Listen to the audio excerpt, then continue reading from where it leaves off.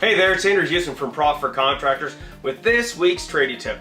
Today I want to show you in minutes what 84% of contractors are forgetting to include in their quotes to get the margins they want and need. Stay tuned and keep it rolling.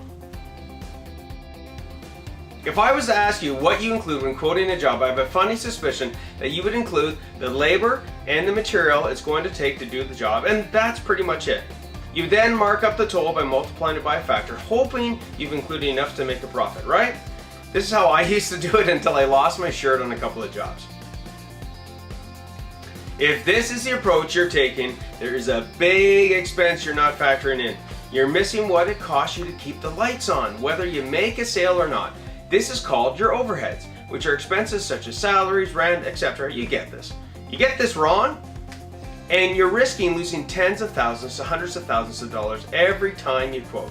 You'll get to the end of the year and you'll never make the desired profits you want or deserve. And without a proven process, you'll never be able to get off your hands, quoting and get quoting into your team's hands and get it done the right way. And the biggest problem is you won't know what margin to put on your quotes. Sound familiar? Well, getting this right has been a game changer for contractors. Christian from Millstrong Cabinets and Construction is saving hundreds of thousands of dollars on future quotes by getting this right.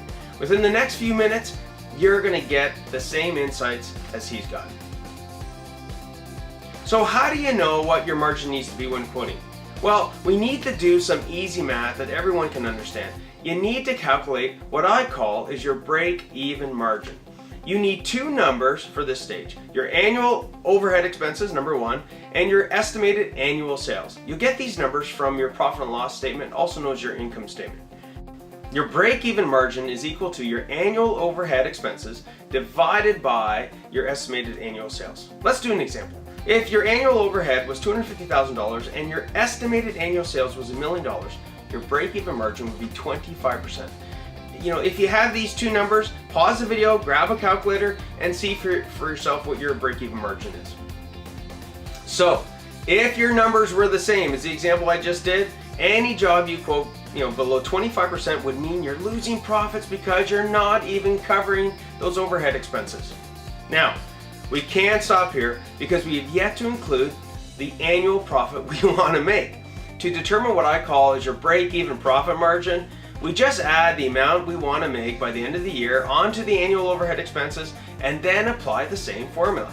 Just like that. So let's say that at the end of the year, after paying yourself and all your overhead expenses, that you want to make $100,000 in profit. With the example that we just covered off, you just add $100,000 to the $250,000. So now we got $350,000 divided by the $1 million, which is our annual sales, and bam, our profit break-even margin is 35%. Now, this is only one of the key insights out of 5 that you need to understand when quoting. And don't apply what we just covered when pricing before you learn, number 1, the difference between markup and margin.